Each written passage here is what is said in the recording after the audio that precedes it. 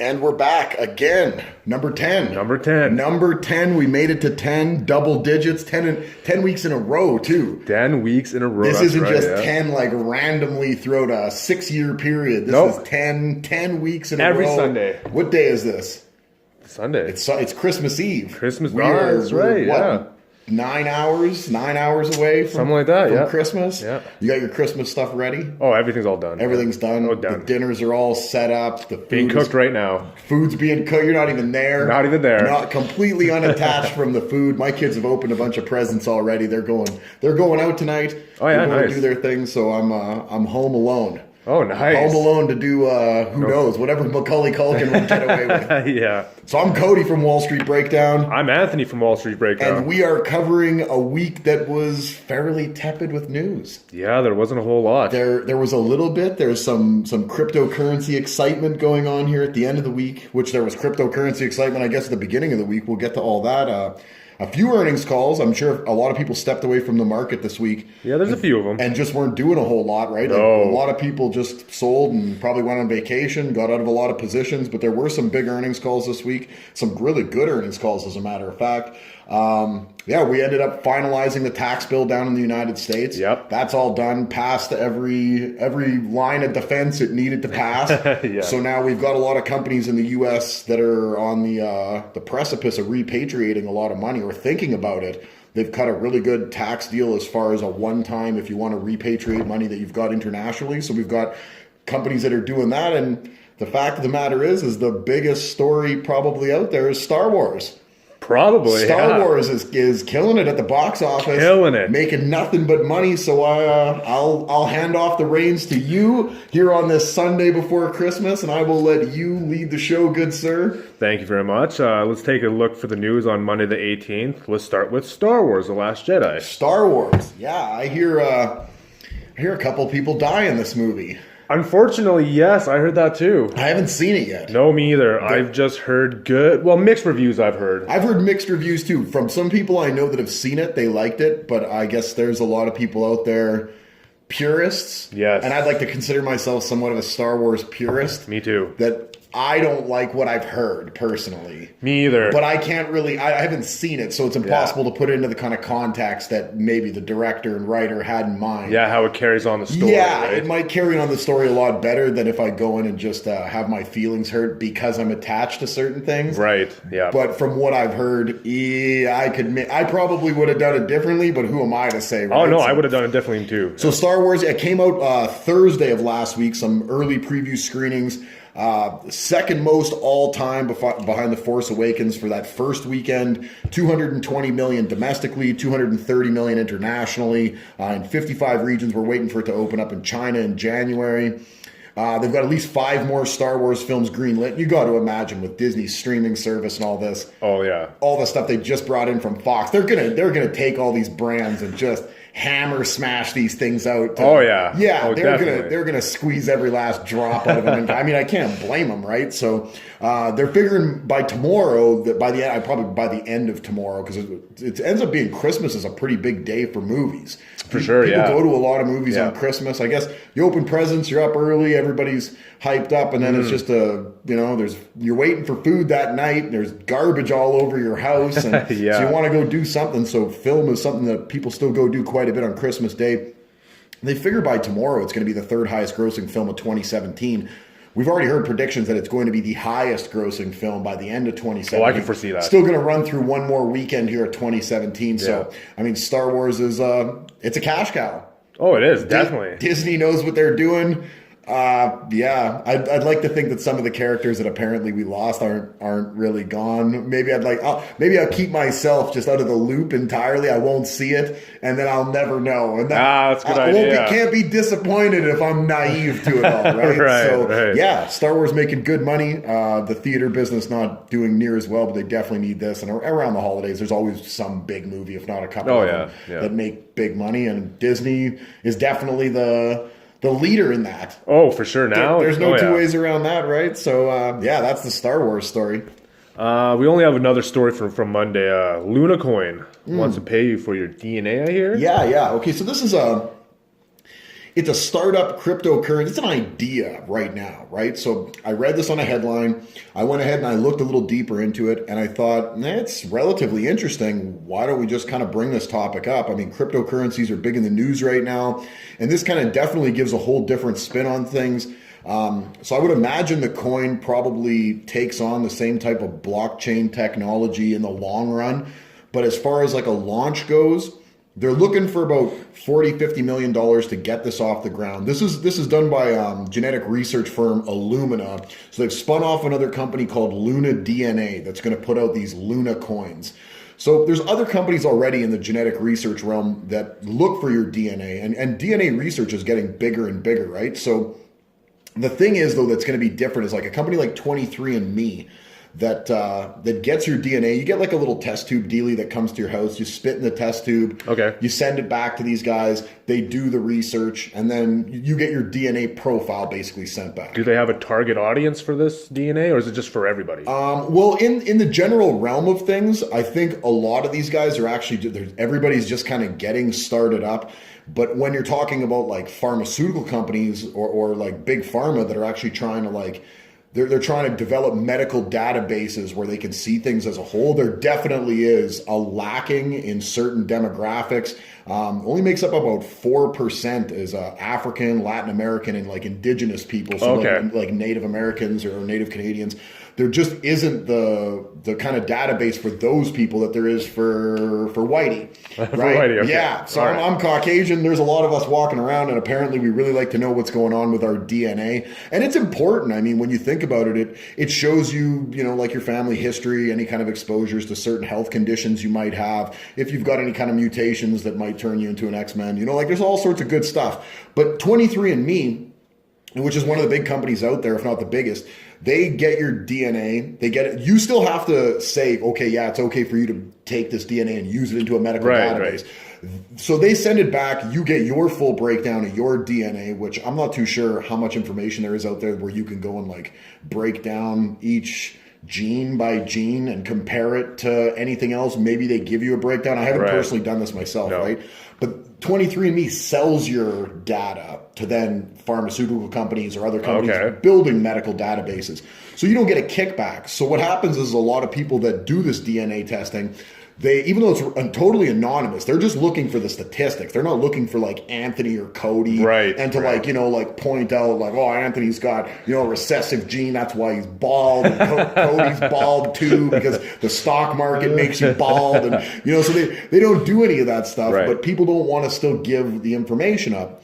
But so with Luna DNA, and again, Illumina is the head company, what they want to do is they want to actually pay you for the information. So I think that was the part that really got me, was that this is a whole new spin on the cryptocurrency thing where they're going to pay you in this Luna coin, which they never did say how much they were going to give you. And I would imagine it's going to be, I don't know if it's going to be the same amount based on no matter what your genetic history is or genetic background is, whatever denomination you come from, or if it's going to be more for the ones that are more scarce. Like indigenous or whatever. Yeah, it could be, right? And I mean, there's really no information on this, but it's going to come out early 2018 if everything comes to fruition. Right. But they're going to pay you in this Luna coin for the DNA, which is going to end up helping to build these medical databases. Now, that in and of itself is fine. Like they're already building these databases, but this really gives people incentive to go ahead and do this. What with the cryptocurrency hype already that's going on. And I mean, it's a lot of just gambling, trading. You're just trading currency for currency. I don't know. Maybe they'll find a way to implement this better and to keep prices so they don't fluctuate so much and it's not so speculative. So you could actually maybe trade this for goods and services or something. Right. That might happen, but I mean, that's going to be a whole nother can of worms they're going to have to deal with, because as of right now, the cryptocurrency market is just scattered all over the place. But I think the part that I like is that a lot of big pharma could get in on this. I could see a lot of big pharmaceutical companies potentially either pairing together to get a hold of this data, these medical databases, the records, because all of a sudden now you're going to have a lot more people that won't be hesitant to give out their medical information. They're actually going to want to do this because they're going to get something in return for it. Sure. They're going to still get their anonymity. They're not going to have to, nobody's going to know who you are. That you've got, like the big nose gene or whatever. No one's going to care about that, right? But it's going to end up giving pharmaceutical companies incentive and the people incentive, because pharmaceutical companies are then going to get access to a much broader database with much more statistical analysis involved, as opposed to now where more than not people choose to not have their stuff given into these databases. Right. And a company, like I said, like 23andMe sells it. It sells it to them. So sure, they do it for you, but like you lose out here. You're incentivized. You get something. You're getting something, which, I mean, in the cryptocurrency market, the way things are, if it doesn't crash and burn before this ends up getting launched, I could see this being a really good idea. It's a different spin on it, at least. Right. No, it definitely. That's what I liked, was that immediately my first thought was the investment side of it is that big pharma is going to want to get involved in this. This gives them a lot of research, like a big body of work that they could go in and dig into. A lot of people doing genetic research. This already gives them a reason to get involved, and now you can see a potential for why this might be tangible. And that's my big problem with a lot of cryptocurrencies. Okay, non-fiat, decentralized. We hear this all the time in the comments from everybody who's, they've got a vested interest in this. So they're trying to convince you, because they want everybody to be a part of the same market that they're a part of, so that more money gets involved in it. They can get up even higher. But a lot of people that are in on it. They don't know anything about it. They're just in it for the greed. There's no implementation involved, but this seems like it's actually got something that could be tangible, where someone could say, like, okay, I could see why this builds up some credibility, because at least off the jump, you're going to have people getting in, and it's going to be building an asset, which is going to be these medical databases. For sure, yeah. So it's going to build a tangible asset that companies worth billions and billions of dollars are going to want to have access to, and potentially will pay to have access to, or will conglomerate together and work together to make this the currency credible. And then you'll have the medical community on there that want this and continue to try to feed the populace something to get them to continue to add to the database. Right, yeah. So I thought it was a really interesting story. Totally not something you could invest in right now. I mean, it's all in the very... Interesting concept. Like the concept. Yeah. Very interesting concept. Infancy stage, though. Right. Absolutely, but interesting concept. So I just thought that's a pretty good talking point for a week where there wasn't much going on. Yeah, for sure. Yeah, and a different spin on cryptocurrency, which basically all seems like the exact same funny money trading hands. I agree. Funny money. Buddy, 40% up, 40% down, like... You couldn't trade it for goods and services. No, you can't put your watch to it. You never know what's going to happen with it. No, nothing should be that speculative. Imagine if your mortgage changed that much, or interest rates changed that much, or your paycheck every 2 weeks fluctuated potentially 40%. Yeah. Nothing's supposed to fluctuate that much. There's fluctuations in the marketplace that take place in the blue chip stuff, the stuff that's followed extensively, the S&P 500, where it's so... The fluctuations seem like they could be big on certain days, but they're all tied to underlying reasons. Right. They're not tied to no reason or just hype. They're tied to a reason. And if you get a little hype going into earnings or something like that, or you get a pullback going into earnings, corrections happen almost instantaneously. Where if the market sees like, oh, that wasn't as good as we predetermined we thought it was going to be, those corrections happen so fast. Whereas with other cryptocurrency stuff, I mean, it's all over the board. We'll get to that. We'll get to it like every week. We'll get to it. We'll get to that today in this podcast. That wraps up the news for Monday. Let's move on to Tuesday the 19th. We only have some earning calls. Let's start with Darden Restaurants. Yeah, home of the Olive Garden, Longhorn Steakhouse. I thought it was pretty good. 73 cents a share, beat the street by 3 cents, not $3. $1.88 billion, beat the street by 30 million. That number's up 14.6 million in revenue, or 14.6 million. 14.6% in revenue year over year. So they're definitely growing. Same store sales up 3.1%. The estimate was 1.6. So I mean that they blew that estimate out of the water. Longhorn Steakhouse's same store sales up 3. Same store sales. Try saying that fast 5 times in a row. Up 3.8%. So it's really carrying the brand, especially for one of the bigger brands that they have. Right. Not as big as the Olive Garden, but definitely helping that growth along significantly. And then Olive Garden up same store sales 3%. See how I enunciated that one? I was going to make sure that I used my grammatical correctness as best I could. They raised EPS guidance 10 cents above the consensus going forward. It all looks good. I mean, Darden's been doing good stuff for quarters and quarters in a row now. The growth has been really good. They seem to have figured out a couple of the lagging issues they were having at the Olive Garden. They've started like a pickup service where I guess that wasn't really available before in the last like year or so, and that's really helped drive a lot of sales. And then when you consider that all these food service places out there will pick up food for you and deliver it to your house, the middleman, like Olive Garden now becomes basically a delivery without having their own delivery guys, right? You can use a middleman to do delivery for it, so that's helping. They closed the day 96.69, which was up 6.79% on the day, that was a big jump. Obviously, people really like this number. That was at a 52-week high. They've pulled back slightly, 69 or 96.40, so they pulled back 29 cents.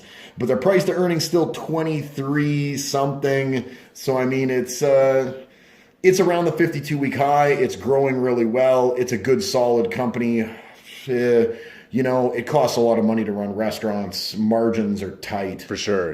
Getting good food, it's tight. It's always a tough go of things when you're running a restaurant, when you're running a supermarket, any of that kind of stuff, because food is, has to be fresh. It's a depreciating asset. Oh yeah. From the second you drop a nickel on it, that food better get there. It better be good. If any delays, things could really, really hinder some stuff if things go awry even slightly, But Darden's running a really tight ship. It's a good company. Obviously, they used to own like Red Lobster and stuff. This is a smart restaurant brand that knows what they're doing in a bunch of different styles of restaurants.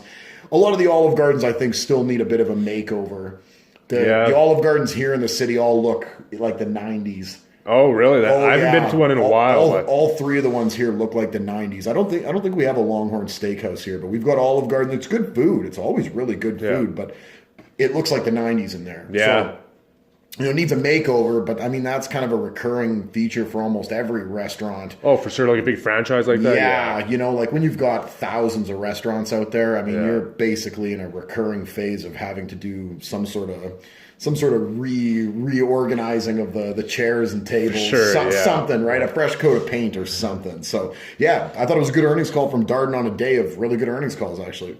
Right on. Let's move on to Micron Technologies. Yeah, the home of semiconductors. I said this on the video. Where do you think semiconductors are made, right? You hear the word semiconductor, you hear DRAM and NAND flash memory, and you think, right, this has got to be somewhere in Tokyo. These are right, some bustling, Shanghai. No, Boise, Idaho. That's where they're pumping this stuff out of. Micron's a great company.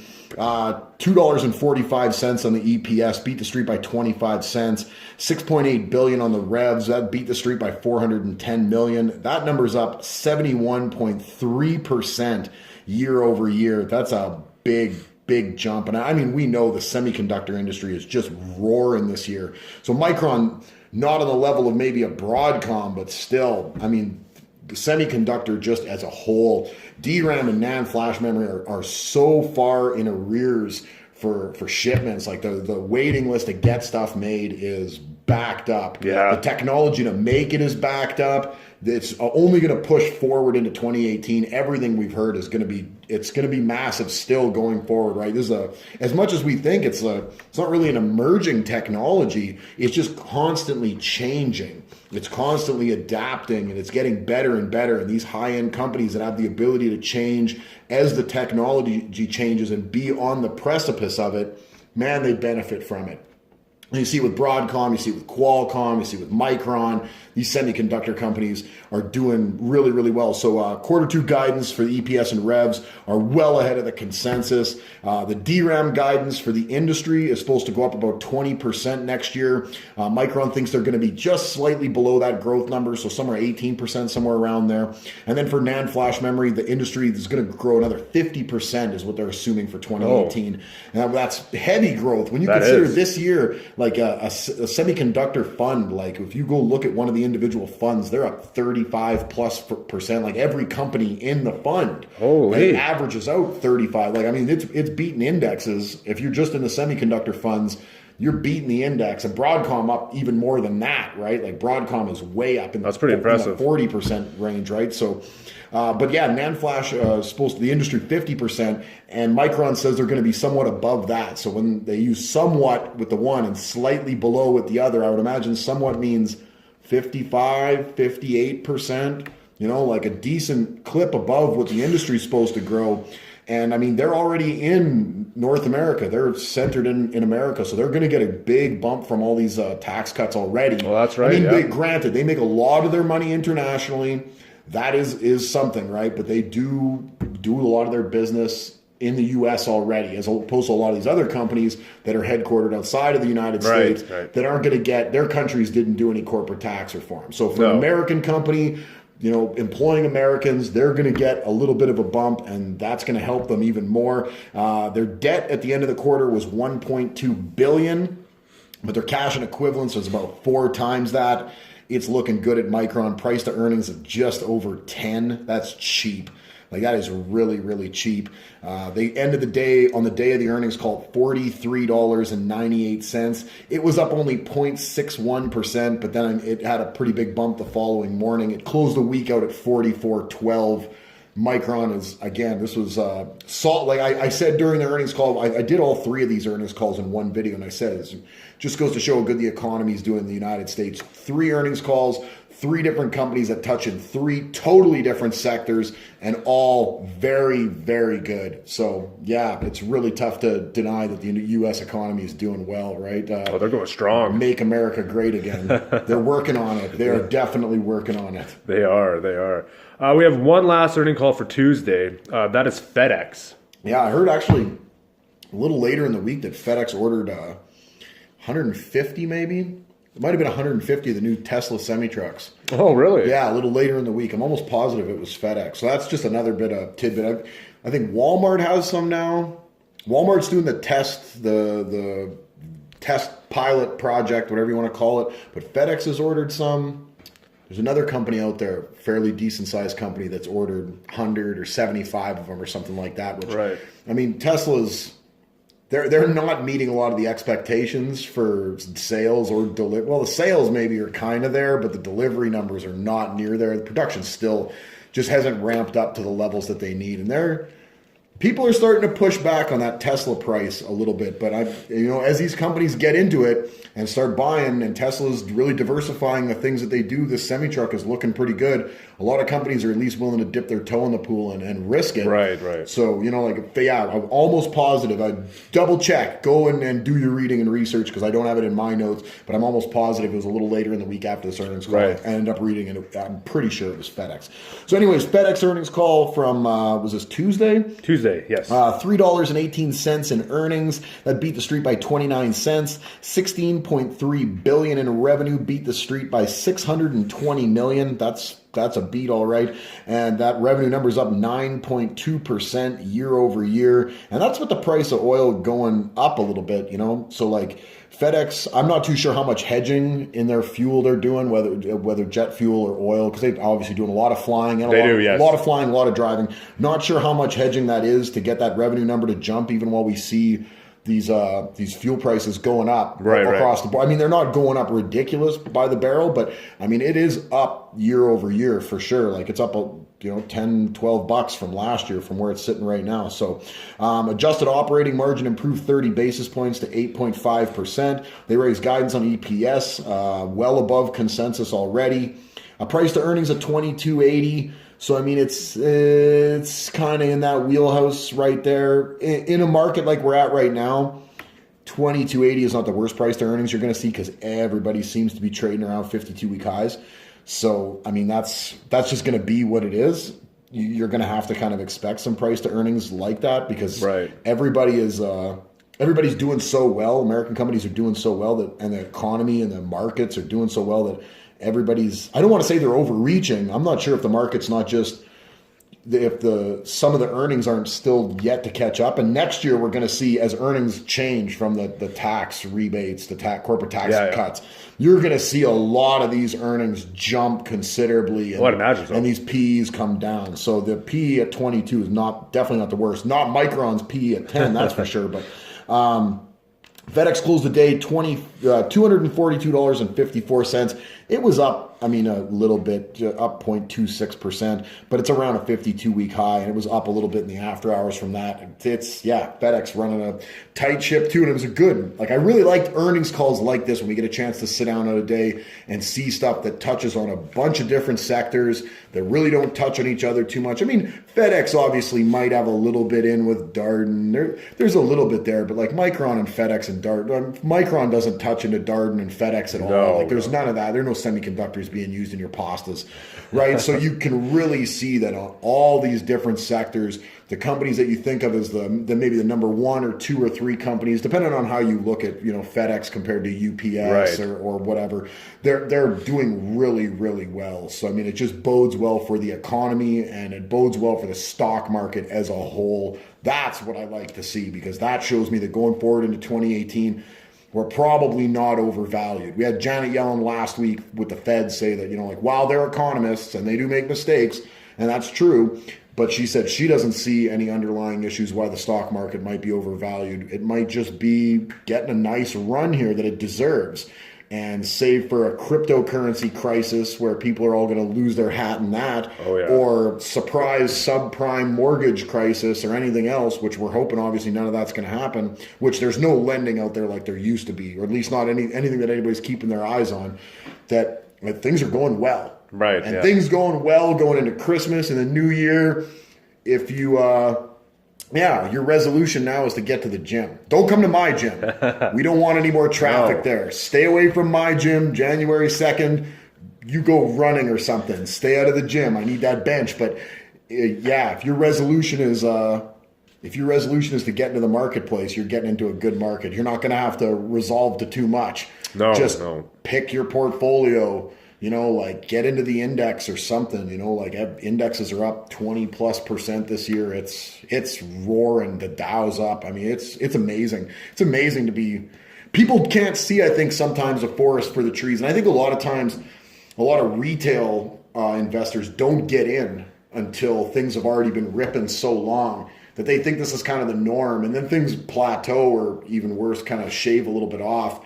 And they get scared and they dip out again for a decade or whatever. For sure. And they don't get back in until everybody and their dog's already been telling them how good things are doing, right? But people that have been in this through the whole thing, that have been watching this, I think are probably a little just amazed. They're just like, man, could this get any better? Unemployment's getting better. Everything's just getting better, right? It's just, we're, save for war with North Korea or something. We're doing a heck of a job. Doing pretty good. Things are doing good. Things are turning around in Canada. I mean, we keep saying this every week, but the story hasn't changed. So that wraps up the news for Tuesday the 19th. Let's move on to Wednesday the 20th. We have a Bombardier deal with Delta. Let's talk a little bit about that. Yeah, so the tariffs, the U.S. Commerce Department basically, they cut the tariffs from 299%, I think it was, to 292%.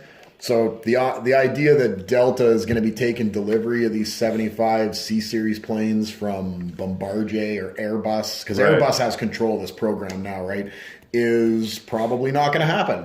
So another feather in the cap for Boeing. Boeing stays winning. That's So one more hurdle to jump. The U.S. International Trade Commission is going to have a final decision by February 1st, I believe it is, 2018.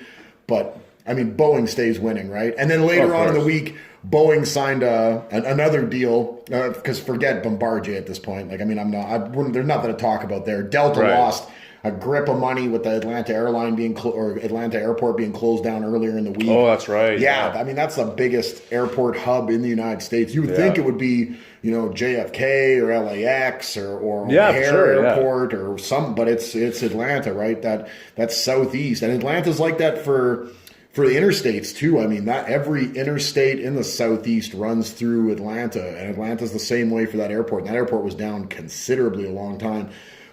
Delta lost hundreds of millions of dollars, right? I can imagine. Yeah, so many flights were canceled. It was 1,500 or something over the course of the 24 hours or something like that. It was a lot. They're going to go for they're going to, I don't know if they're going to sue or they're going to, some sort of litigation. They're going to look for reparations. Some sort of kickback. They want the reparations. They don't know who to blame, the airport or the utility provider, but they want something back because they lost a lot of money there. And then this news comes out as well. It was like a day later, a day and a half later, that, you know, like they're not going to be taking these C-Series planes for cheap.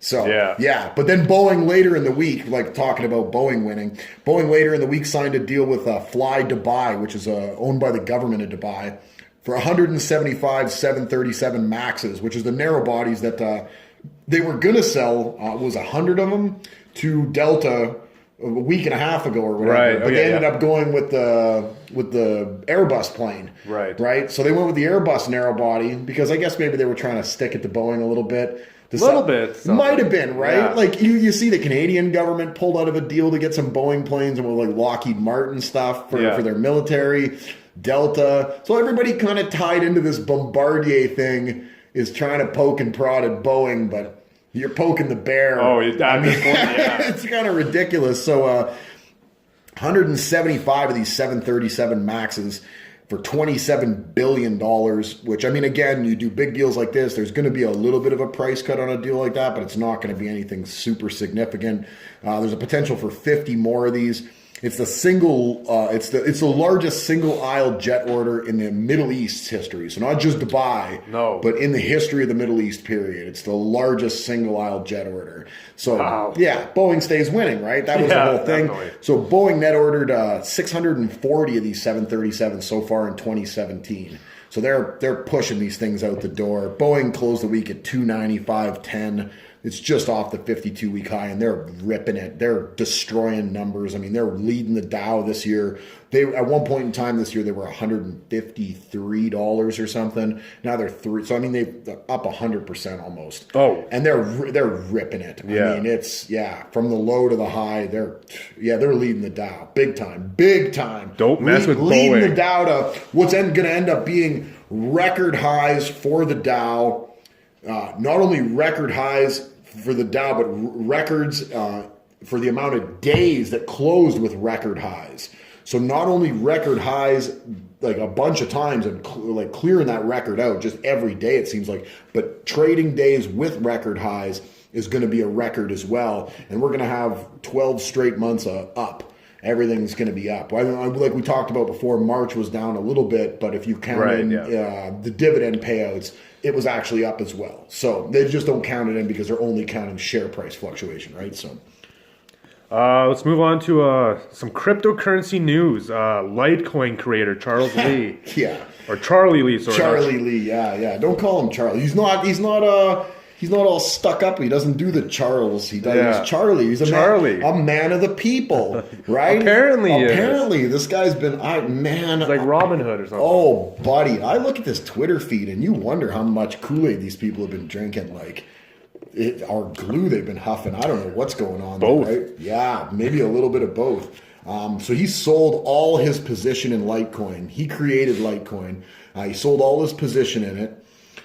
He says he exited it to eliminate the appearance of conflicts or the pumping of prices. Litecoin's up like 8,000% at the time he did this. I mean, it fluctuates so much. It's down considerably from there right now.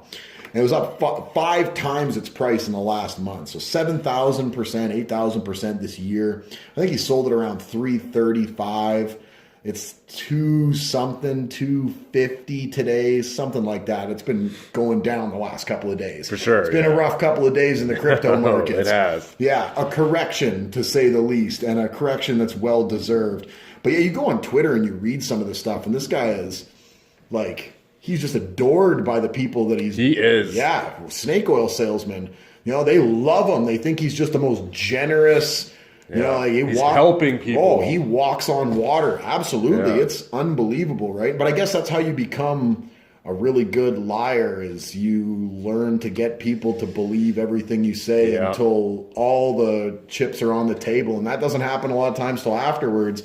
So he said he did it for, all these moral reasons. Sounds great. Yeah. There's no transparency in the transaction. He said, we donated all this stuff to the Litecoin Foundation. Why not donate it to a foundation where there would actually be, a real charity or something? The statistics would be tracked and we could see how much you actually gave. Yeah, right? yeah. Since you gave it to your own foundation. No, I'm going to stay on and be the creator. I don't want to, skew the prices with my tweets, because he tweets a lot about this. Got a pretty big following on Twitter. And the thing he said was that really got me was, I don't make any big trades before or after any of my major tweets. Like, based on what? Like, based on what transparency? Who can go back and actually see if you didn't trade? What transactions? See you didn't make a trade like 1 minute after you made a tweet, right? Exactly. Like, sell a position or get into something.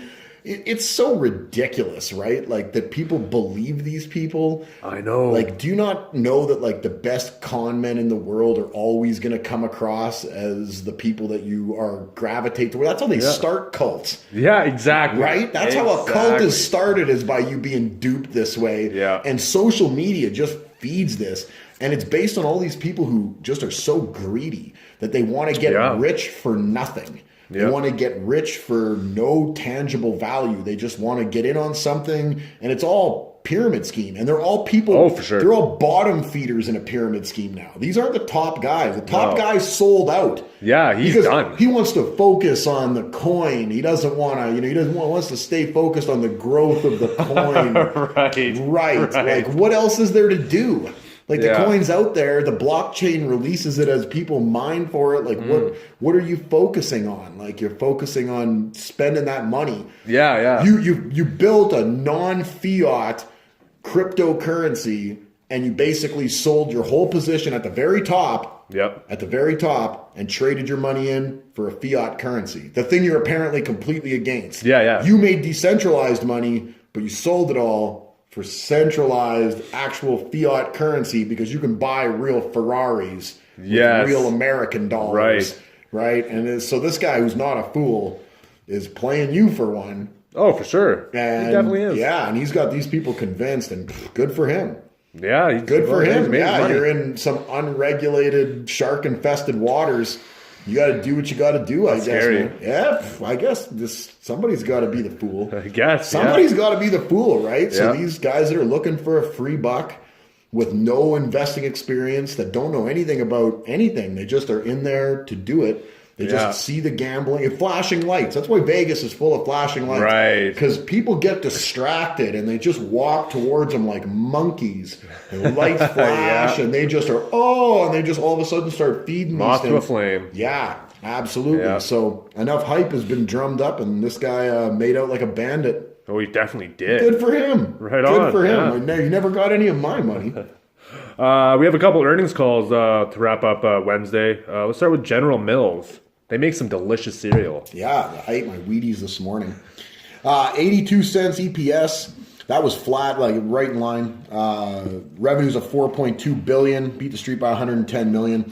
Revenue number up 2.2%, so that's good growth year over year for a company that basically sells Betty Crocker and Cheerios and Golden Grams and Lucky Charms. And I mean, it's a lot of stuff that's really entrenched in the market already. So when you get growth like that, I mean, that's solid. I mean, it's not like you're selling more and more cereal. Right, yeah. You're selling cereal at a clip bigger than what people are building populations at. So 2.2%, that's good. Organic sales up 1%. Convenience store and food services up 3% in volume.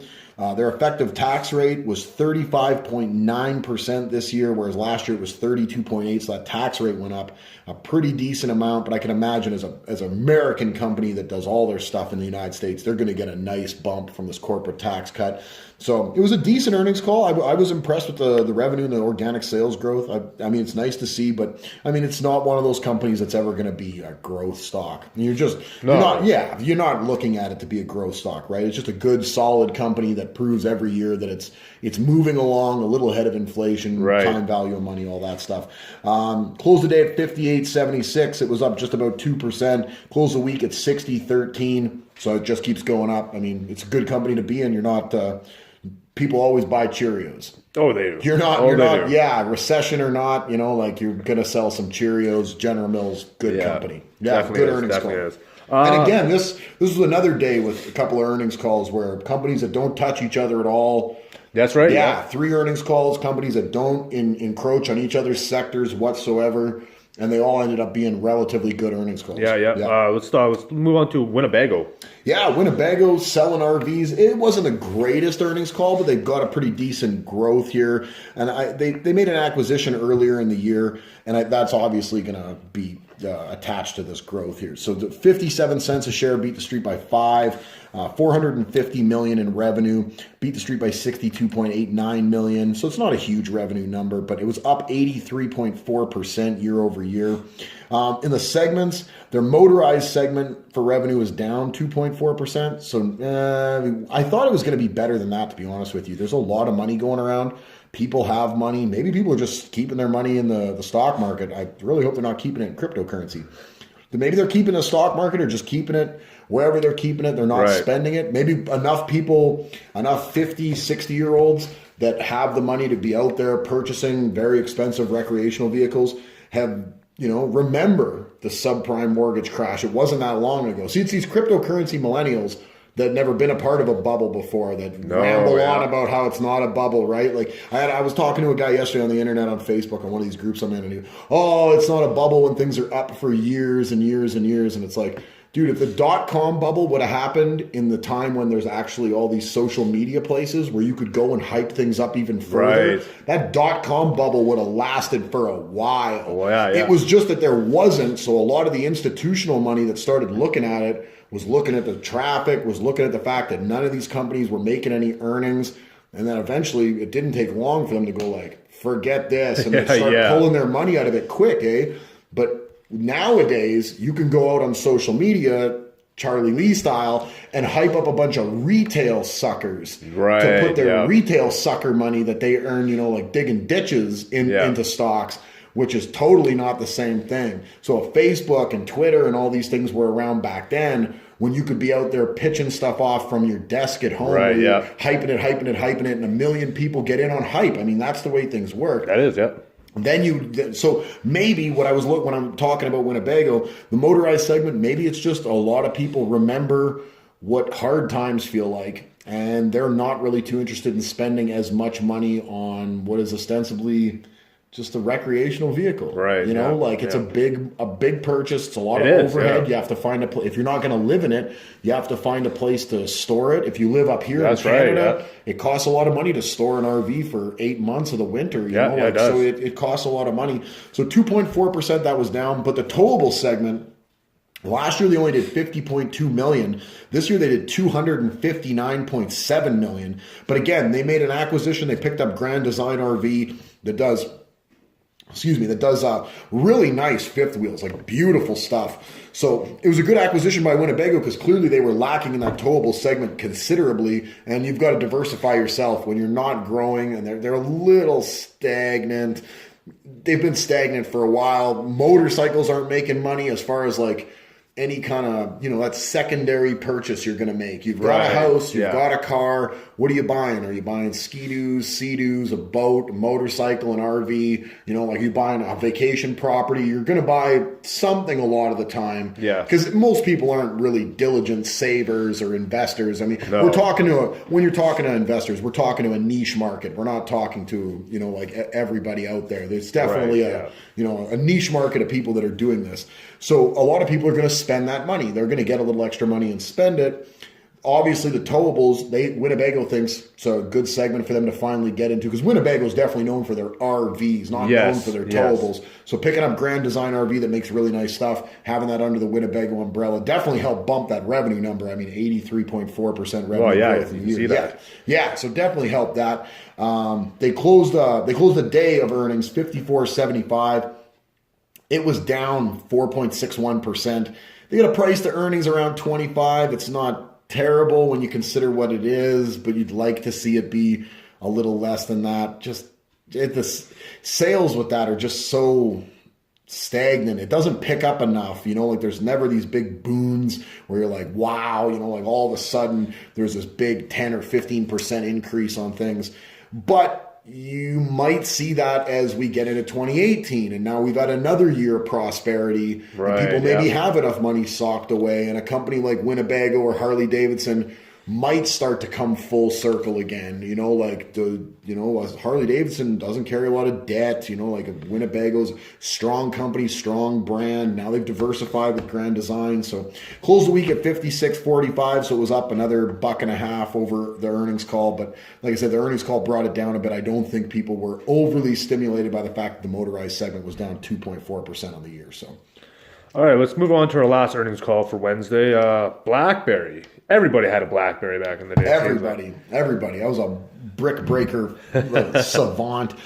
Good Canadian company, totally diversified from what they used to do. They don't do a lot of BlackBerry phones anymore. It's a lot about the actual software and services. So earnings per share of 3 cents, beat the street by 3 cents. That's a good beat. It was expected to be nothing or break even zero, right? They made 3 cents. It's a small Canadian company at this point now, right? But it's one of our big tech companies up here. Right, yeah. So, and we all know it because anybody who's had a cell phone for the last 10 or 15 years remembers having a BlackBerry. Oh, for sure. And it's a company that's really changing its direction and doing a really good job of it. So like the idea that this company internationally might not ever become the powerhouse that it once looked like it was. You're not going to have the talking heads in the United States going on and on about BlackBerry like they once did because it was the leader in cell phones before the iPhone. It definitely was, yeah. But it's definitely changed its position enough that here in Canada, it's definitely starting to get in the news again, and not for being a laughing stock or for being somebody that really fell off the cliff, but for being a real turnaround. So I thought it was worthy enough to do so.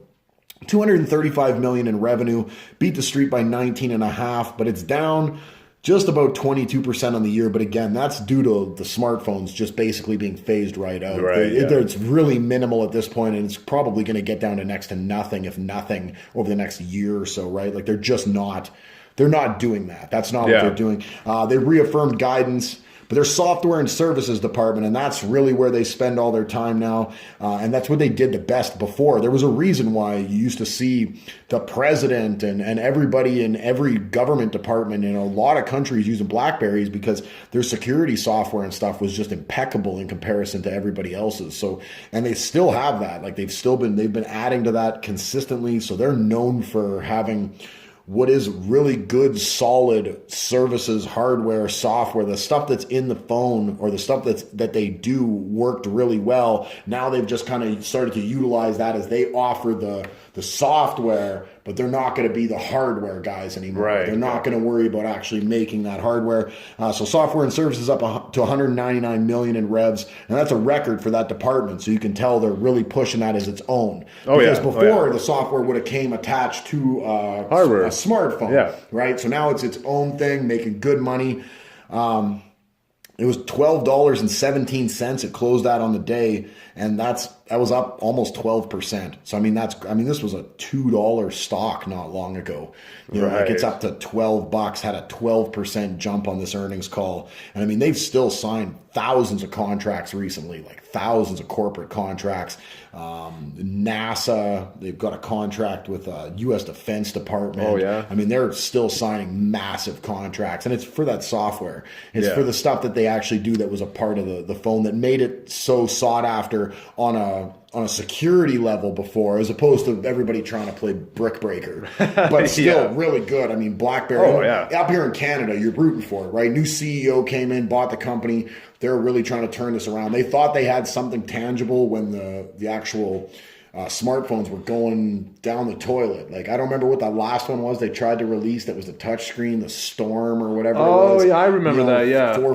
4 years ago, that was their big, that was the one they thought was going to turn around the handset, but it just didn't work out. No. So, but they've reaffirmed what this ship is the way the ship's sailing. It's doing a good job. I think BlackBerry's, they're up considerably. If you were in BlackBerry when it was in the dumps, you've made your money back. Numbers don't lie. Yeah, you've made your money back and then some, right? So it's a company that's going to be a lot less, there's going to be a lot less flash because people don't own the phone. For sure, yeah. Right? It's not going to be where every retail person in the world has it. So it's not going to get near the amount of airtime that it deserves. But up here in Canada, it's still one of our big technology companies and, technology in a different sort of a way now. For sure, so as long as the the name doesn't have a stigma attached to it, which, as you can tell by the contracts they're signing, it doesn't. No, it doesn't. No. That I don't see a reason why BlackBerry doesn't become really, really strong just down a different avenue of technology. Yeah, that's right. Yeah.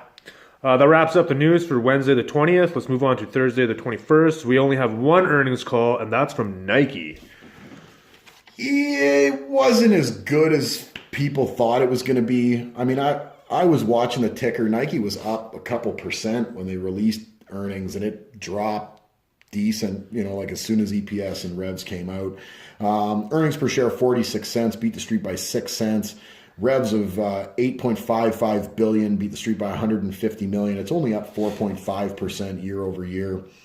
Apparel sales up 9%. Footwear sales up 4%. That's, footwear sales, it's losing a lot of their market share. They're having a tough time with market share with sneaker sales in the actual United States. Really? Adidas is pushing them. Like Adidas, I think, knocked the Jordan brand into second, and Adidas is second now. I'm pretty sure Nike is first, but Jordan got knocked to third, which is Adidas is a comeback story. That was a company that was on the verge a few years ago. Yeah, Adidas is doing really good now, and they're really pushing Nike. And I mean, I own some Adidas athletic apparel, and Adidas makes really nice stuff now. Like it's fashionable, right? Like it doesn't just look like a tracksuit. Yeah, a lot of the stuff used to just look like a tracksuit. Yeah, with the stripes, that was it. Yeah, legit, right? It all looked the same almost from the 80s going forward. It was that. Oh, for sure, it was a windbreaker material and stuff, and now Adidas is nice. Not that Nike's not. Right. Nike is still the best. I'm not bagging on Nike. I'm just saying that the company that's making headway on them is definitely pushing them. They're not pushing themselves. For sure, yeah. They really focus on a lot of flashy shoes and individual shoe launches that are limited and stuff like that. But their overall stuff is still kind of just Nike. It doesn't do anything more for me today than it did for me 5 years ago. And I own a lot of Nike stuff. I own more Nike than Adidas. I think most people do that buy athletic apparel, but it's not reshaping the industry at all. Yeah. And then when you look at their athletic apparel, apparel sales are up 9%, but athletic apparel on its own, that's having a tough time too. They've actually came out earlier this year and mentioned how athletic apparel just isn't selling the way they wanted it to. And then we saw Lululemon, which is all athletic apparel, a couple of weeks ago. Yep. Those same store sales are 9% when the estimates were for 5%. They're having no problem selling athletic apparel. So they're clearly making some ground on Nike in that segment. Oh, for sure, yeah. So Nike has a lot of they have a lot of reshuffling of the deck to do. I think so. I think they need to find a way to step away from really flashy, expensive shoes or the really cookie cutter stuff. You see it Foot Locker, where it's two colors or 3 colors. Yeah, I've noticed that. It's bland. You walk into a Foot Locker and look at all that Nike Foot Locker stuff. It's junk. I wouldn't buy any of that stuff. But I mean, Nike's great. They know what they're doing. Good American company, should get some tax benefits coming. It should be a pretty good corporate tax cut. They do a lot of business in the United States. A lot of their production is outside of the U.S. though. So I'm not sure how that's going to end up affecting them in the long run. North American revenue down 5%. That's terrible. That is, yeah. Their bread and butter is in the United States, right? So for down 5%, that just goes to show that other companies, and when you go look at Adidas's earnings, Lululemon's earnings, there's growth, significant growth in the United States. They're not regressing, and 5% is some regression if I ever seen it, especially from a company like Nike that is America. Right? That's for sure. Nike's is America's, Wheaties or Coca-Cola. For sure. Apple pie. Absolutely, right? Nike should sell apple pie. That might help them turn things around a little bit. Up in China, though, revenue's up 16%. So they're doing good international business. But you wonder how much of that is, when you say down 5% in the U.S., that revenue is probably a considerable number that's down 5%. For sure, when you're talking about China, it's an emerging market for them. Yeah. They probably make a decent amount of millions there, but they're not making the billions that they are in the U.S. So growth there, okay, but the retraction in the U.S. I think is a much bigger concern. It was a concern for the market too. You could tell by the way that price just dropped off on this earnings call. Gross margin contracted about 120 basis points to 43%. They said they're expecting about another 50 to 100 basis point contraction in 2018. People don't like to see that. Things cost more money. They're not, it's just not as much money to be made on things. Right. Yeah. So it's costing you even more money to do things. They blamed it on unfavorable exchange rates and a higher per unit product. I mean, things cost more money. It is what it is. Good labor is expensive. There's a lot of really strong labor laws. People nowadays are watching companies. You can't. No, you can't. No. Yeah, you can't get away with what you used to be able to. What you built your company on. Yeah, you can't. 30 years ago, you can't do that stuff anymore. No. That's a lot more strict. It's still not perfect. No, but it's a lot more strict. There's a lot more watchdogs. Yeah, a lot more eyes watching. Yeah, absolutely. Nike closed that day at $62.96. It was down just under 3%. They're $63.29 now, so they had a little bit of a bounce back, just over 30 cents since the week closed. Price to earnings, though, 27.5. It's pretty high for a company that's not showing a lot of growth. It's showing some contraction in the U.S., growth internationally, but how much of that growth is really, are you going to see that growth when the numbers really flesh themselves out in a few years?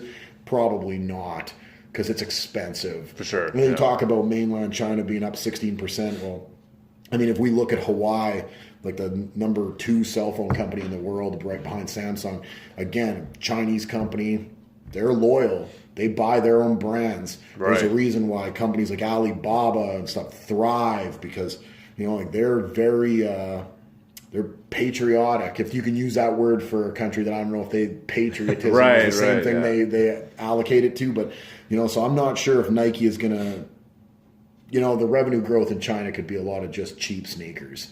Could be. Cheap apparel. It's yeah. not those $300 Jordans or LeBrons that are out there. Yeah, that's right. Whereas in the United States, they're pushing those, and they're clearly having an issue pushing them. Yeah. So, it was an earnings call that it could have been better. Could have been. Worst earnings call I looked at of the week. That's for a fact.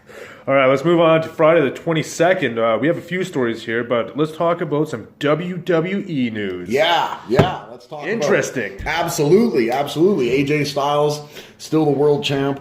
That's what we're going to talk about, right? No. We're going to talk a little bit about Vince McMahon. Vince is not the world champ. He is old, and they are crazy over there. They have very crazy. Lost their ever-loving minds. Their shares are down pretty considerably off this news, down to $29.55. Price to earnings 65.5. That is an expensive company to own. And anybody who's got to be invested in this company must be a wrestling fan. Like, I can't understand how you'd be invested in a company with a price to earnings like that. But he sold 3.34 million shares and pulled out about 100 million of his own, a block of shares there on a Thursday. Pulled out about $100 million. You got to imagine that anybody that's invested in this is terrified. Because not only is Vince the brains behind it, as much as you don't see Vince on TV anymore, I watch wrestling, okay, so we'll just get that. Feel free to, you don't like my glasses on the videos, think about how you're getting investing news from a guy who watches professional wrestling. I'm not wearing any sunglasses right now, so there you go. He sold all these shares, and he's the brainchild. I mean, as much as Stephanie runs a lot of stuff, I'm sure Shane's back in the loop now that Shane's there. Hunter does a lot, or Paul, whatever you want to call him, does a lot in regards to wrestling and the planning there. They got some really good, Kevin Dunn. There's still a lot of really good guys that are running the ship, but Vince is the last line of defense. He's the guy that ultimately says yes or no on pretty much everything. Yeah. He's the one that had the belt there on Jinder Mahal, which I thought was ridiculous. They had the belt on Jinder, and then they went over to India. The one time they go to India in the year, and they had Jinder lose to Triple H when they were like building this like Indian star that was like their world champ, and then Jinder lost to Clash of the Champions to AJ. I don't know, man. It seemed like they were doing a good job of building. I mean, Jinder's he's Indian, but he's Canadian. Like, he actually trained the same place I trained to wrestle when I was young. But Jinder's a really good worker, right? I didn't understand why they did that, but it's Vince. Vince likes to sometimes he just changes his ideas in the middle of the night. Right. This is one of those ones that's just crazy, though. $100 million, going to relaunch the XFL. Yes. The football league that failed in the early 2000s with NBC. Going to relaunch that, apparently. They filed a trademark for the XFL name, too. Did they again? They did. Uh-oh. It's I don't know why you would do that again. If it failed once, it's history likes to repeat itself. I mean, I know they got the WWE network, which I thought everybody thought that was going to fail, and it actually turned out to be really good for them. So, I mean, they do have their own network. They were really on the front lines of that personal streaming service, not Netflix where you're bringing in content from everywhere else and then created their own content.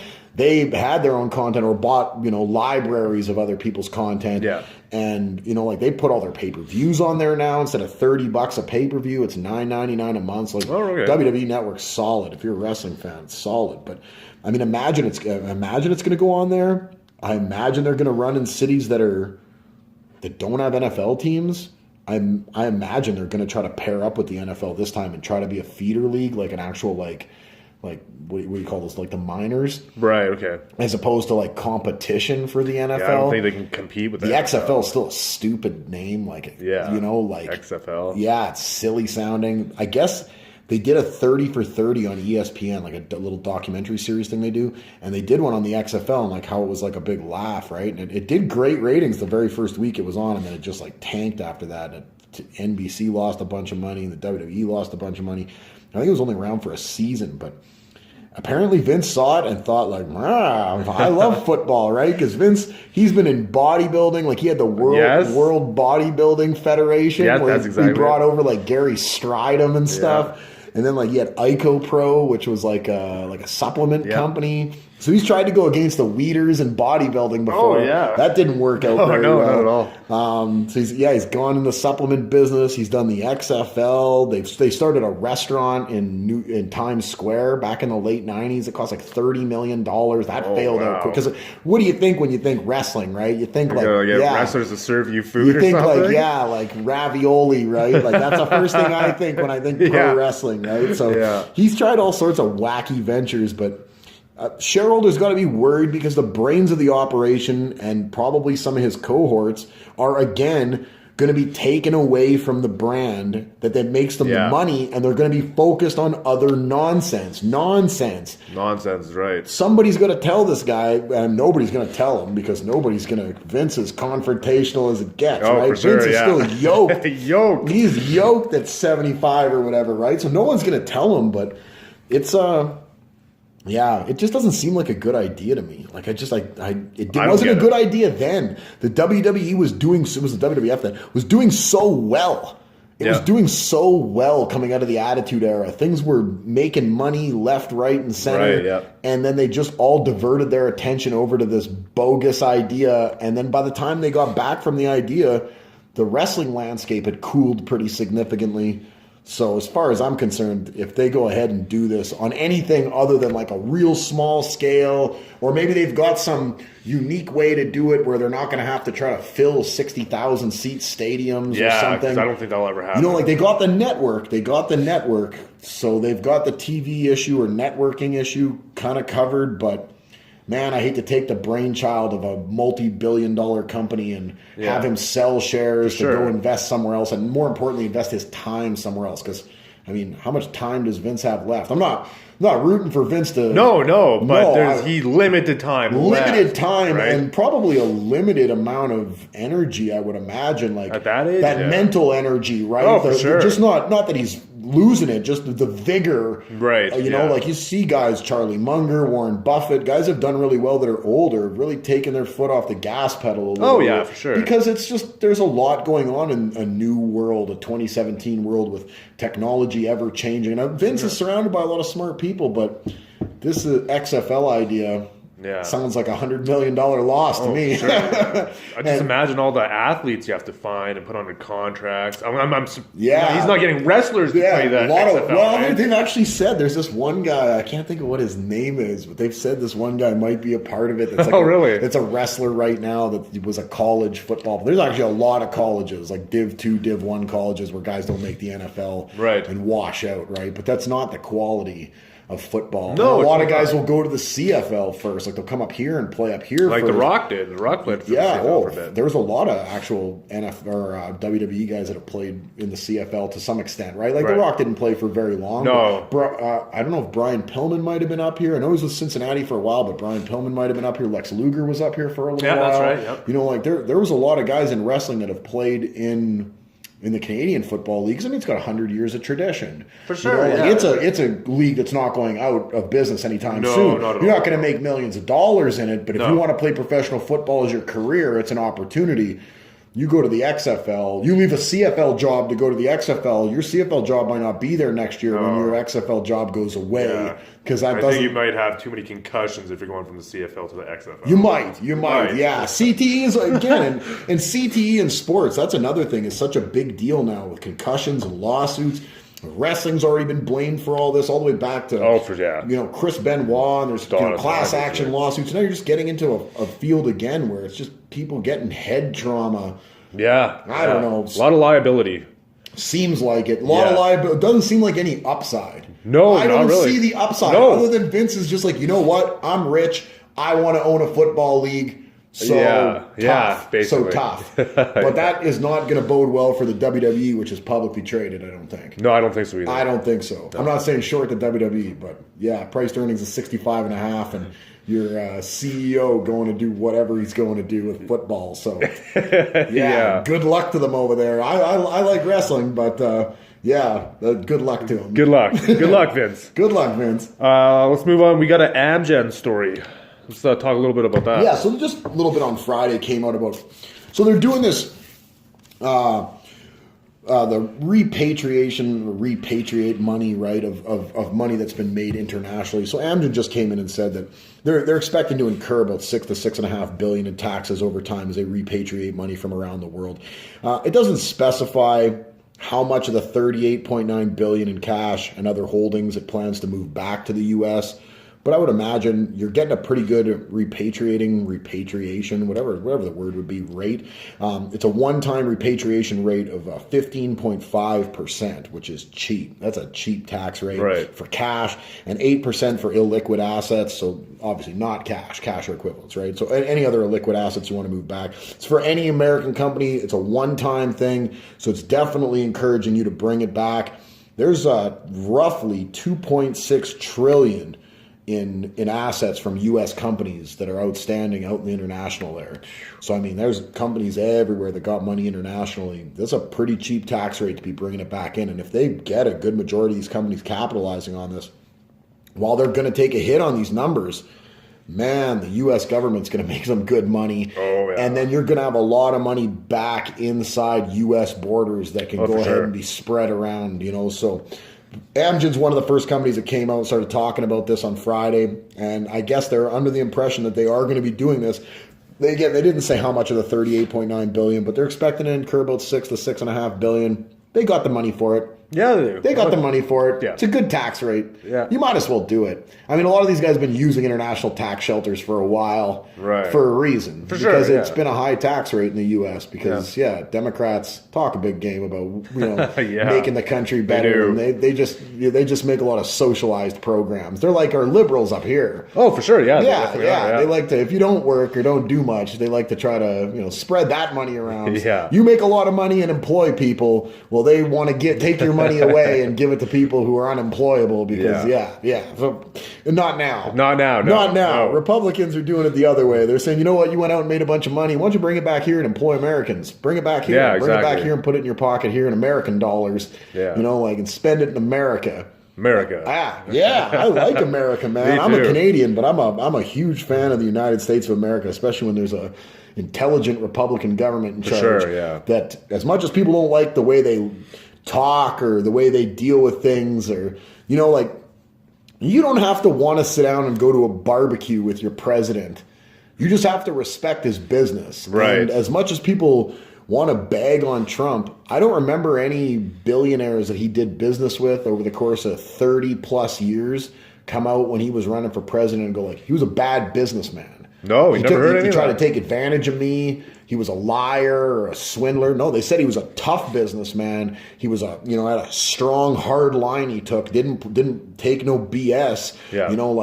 People laugh. Oh, he went broke a couple of times. Never went broke. Well, he never went broke. A couple companies went broke. Yeah. But he came back every time anyways. Yeah. When were you ever rich once? Yeah. So you're laughing at a guy who was rich, even if you're saying he went broke twice. You're laughing at a guy that was rich 3 times and is the president? Yeah. And you're telling me what? You think you know how to run things better? Yeah. Yeah, I'll believe that when I see it. The proof's in the pudding. Oh, yeah, exactly. Talk is cheap. This is talk. This is talk. This is talk. What we're doing is talk. I am not purporting to be able to run for the presidency of the United States of America. Not even close. But I think he's totally available to do that. You know, he's doing a heck of a job. And these tax cuts have been the new tax plan in the United States. I've looked at it pretty extensively. It's excellent. You might not like the Republicans. You might not like the way that, you know, a lot of them mix their religions in with a lot of their, you know, political beliefs. And, you know, I think there should be a pretty big separation of church and state. I think there is for the most part nowadays. You know, like, but everybody wants to attach every negative thing to Trump that they possibly can, and they're willing to overlook these things that are good. They are, right? Yeah. They play identity politics. Nobody is worried about real politics. They're worried about feelings. Yeah. Yeah. They're worried about coming across as like on their moral high horse. There's all these white knights worried about, you know, like trying to come across like they're, you know, the nicest person in the world or whatever. When we all know everybody's fallible. Oh, everybody is. Like, don't pretend, right? Like we've shut off podcasts because I've cussed in the middle of them. We have. Because in real life, unfortunately, there's an F-bomb dropped occasionally. Like, that's just the way things work. It is, yeah. You know, that's so the way like things are. Nobody is going to be PC all the time, especially when you're talking in the privacy of things, you know, like, and when people try to blame Trump talking to Putin and all this stuff, they're trying to pin a lot of stuff directly on him as if like he's there colluding, you know, like he's Skeletor or something. It's so ridiculous. Like, just because you associate yourself with someone, which he associates himself with, what, thousands of people probably in some capacity or another. Just because someone goes rogue on their own and does some stuff that's a little shady doesn't make everyone they ever associated with shady. No. You know, there's people at my job that have been fired before. That doesn't mean everybody at my job doesn't know how to do their job. Exactly. You know what I mean? Yeah. So, like, let's, you got to learn to separate. Just because you don't like the guy personally, and I'm not a huge fan of the way he conducts himself sometimes personally, because he does kind of go out of his way to like mock people. He does. You know, he's smug, but that's him. That's just like people talk smack about me wearing glasses in the videos. Whatever, man. That's me. If you don't like it, whatever. Show me your video. Exactly. Right? Show me your 600 plus videos. Yeah, you don't like it? Whatever, man. Like, everybody's got a different style, and I'm not here to tell the guy that his style isn't okay. He's the president. It clearly works for him. Hey, all the news leading up to that thing would have had you believe that Hillary was going to win.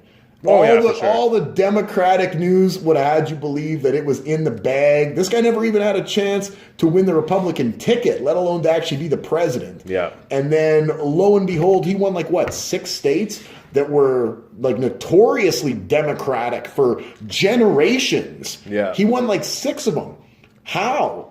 These are like labor states like full of people who go and work hard. These aren't states where people are like easily swayed by like their like soft, this isn't California where everyone's, you know, like, they gotta be on the beach. It's gotta be warm or their feelings are hurt. These were hard states like Wisconsin and stuff, like tough states. Tough states, yeah. And he won these states. Why? Even with the media saying he was about to lose.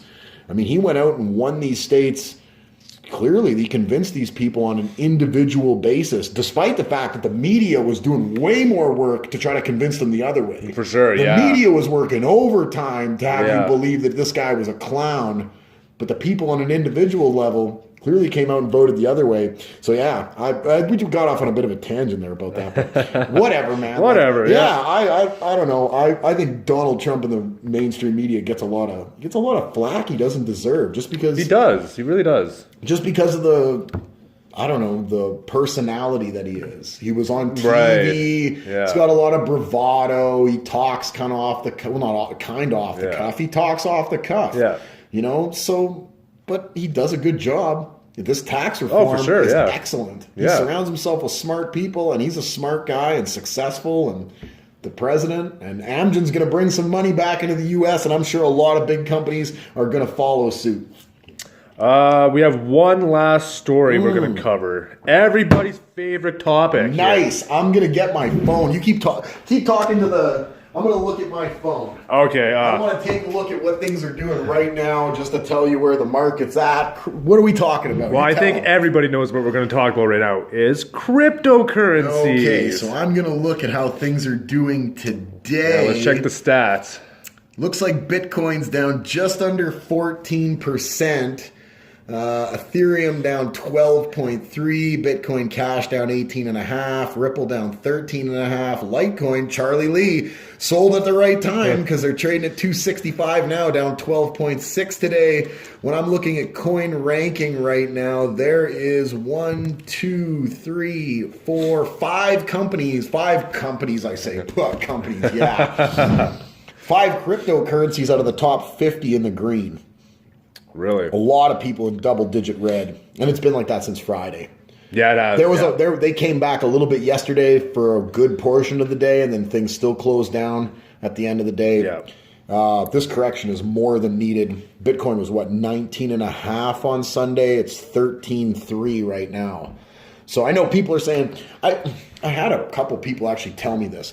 They were like, well, it's up thousands of percent this year. It's only down 40%. I'm like, you realize that no matter what the number gets to, it can only drop 100%. Oh, for sure. It can't re-drop thousands of percent, right? No. Once it gets to something, it's now capped at 100. No matter what the number is, Yep. it's 100, and anything it drops from there is a percentage of 100. Yeah. It's not. It can go up, sure, multiple times, but once it gets to the whatever and starts coming down, you're counting it from a multiple of 100. Yeah. So it's kind of ridiculous, down considerably.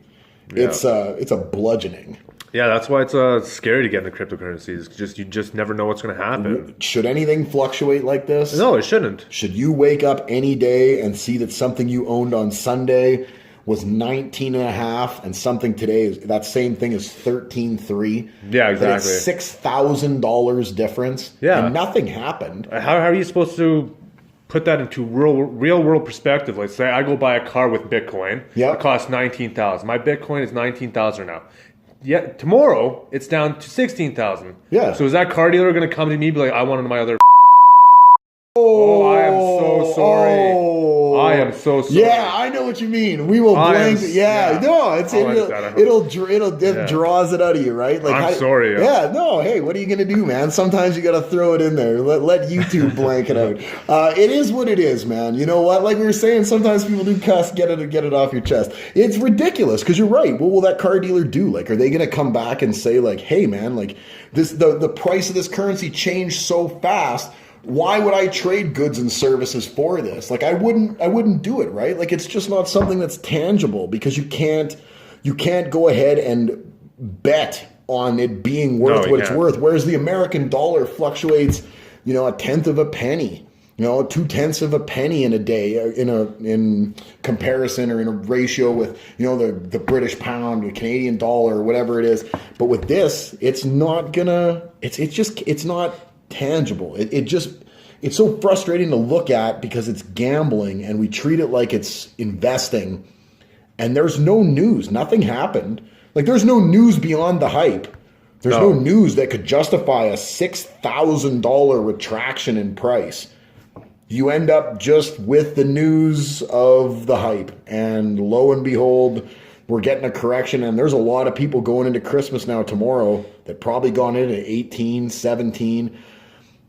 I was talking to somebody yesterday about this, and we were both kind of having a thing about Bitcoin, about how it's just ridiculous. And there's a lot of millennials, I think, that went and convinced a bunch of 50 and 60-year-olds to put their money in this stuff that didn't know anything about it when it was really high. And you're now seeing a bunch of people probably who have not near the time horizon to make their money back that have been coerced into investing in this. Yeah. And they're now losing, as of today, they're losing money. And what do? Do you pull out of that position? Are you going to just get out of it and say, like, I'm not going to be invested in this anymore, like, and lose all that money that you've probably already put in? Because I know, like, we talked about the CBOE, you're able to trade like 1 Bitcoin at a time on the CBOE, but you're your margin's like 45%. You got to have a lot of your own money in there to be able to do it. It's not where they're giving you 4 times margin like they do like when you're trading stock, or 3 times margin, like depending on how big your account is. And like at the CME, the futures is, I think you got to trade 5 Bitcoin, and that's like 47% margin. Like you have to have 50% of the money basically. So if you got invested in this at 17 or 18, your real money, not even just accredited money, your real money is gone. It is gone. Are you going to sit and hope that it bounces back? Because there's everybody on the internet will tell you, this is a time to buy. I've seen tons of things on Instagram show me Bitcoin on sale, 30% off and stuff. Like it's a joke. Yeah. Man, it ain't no joke. There are people going into Christmas tomorrow that are shaking their heads. They're in a hard way financially. All of a sudden, you will have taken all of your gains from good, tangible investments that you could have made in a strong index fund over the last 2 years and thrown it out the window in the last week. Yeah. Oh, definitely. That's terrible. That is. We'll see how it plays out. I'm sure we'll continue to talk about this. It'll continue to drum up all sorts of curse words. That is what it is, man. So that's Bitcoin and the cryptocurrency markets in somewhat of a nutshell. Let's hope somebody cracks this nutshell eventually and we just stop talking about this. But as of right now, Bitcoin down, and all of its contemporaries down as well. Down considerably. Yeah, that's a scary market to get yourself into. That's that for that. Anthony's going to go home and learn how to edit out swear words. Yeah, I'm definitely going to beep that out. We let you talk so nominally, and you just throwing down not even a simple one, right? Just straight to the worst. Throwing down some George Carlin words you cannot say on TV stuff. No, that is what it is, man. Sometimes you got to get it out. If anything's going to make you cuss, it's going to be Bitcoin. Oh, for sure, cryptocurrency. Why? That was it. That's it. We did an hour and 20 minutes on a week that didn't have a whole lot of information. This is our longest one yet. That's not too bad. Going into Christmas, we're babbling. Babbling on. We went off on a tangent on wrestling. Yeah. Talked about Winnebago, and then went off on some Harley Davidson stuff. The Luna coin. I thought that was pretty interesting. Yeah, it was good earnings we had this week. Talked about Trump for a while. Also, cryptocurrency sneaked in 3 or 4 times, in 3 or 4 times. So it was a good week. It is Christmas tomorrow. We hope that you guys out there have yourself a Merry Christmas, Happy Holidays. Don't spend too much money on Boxing Day. Debt's already way up there. You really don't need that other TV. No. Go out there, get a gym pass. Go to the gym. Just don't come to my gym. Don't go out there and waste a bunch of money. I know we're doing good in the financial world. Don't go and spend all your money on useless, frivolous stuff that's just a distraction. Do something tangible with your money. Plan for your retirement, kids' savings accounts to make sure they can go to school in an environment where things are just getting more and more expensive. Be safe. No drinking and driving or any of that kind of jazz. Have good fun with your family. Make sure you hug and kiss your relatives and have a lot of food and enjoy it. And hopefully everybody gets the presents that they wanted. I'm Cody from Wall Street Breakdown. I'm Anthony from Wall Street Breakdown. You're serious cusser man at Wall Street Breakdown. I will be back on Tuesday, I imagine. I don't imagine there's going to be a lot of news tomorrow, and I will be in my glasses. I know how much you guys love the glasses. Every time I get a comment about glasses and how I'm wearing them inside, I think, did you think that I haven't noticed that I'm wearing the glasses inside? And B, that's what you're remembering. You're always going to remember the guy that was wearing his glasses giving you financial news. It's clearly working. So you keep leaving those comments, letting me know how much you love the glasses, and I'll keep wearing them. And if you want to start sending me some kind of funny looking glasses to wear, feel free to get a hold of me. I'll wear any kind of funny pink glasses you want me to wear. I am totally all about it. You guys have yourselves an outstanding rest of your holiday. We will see you on Tuesday.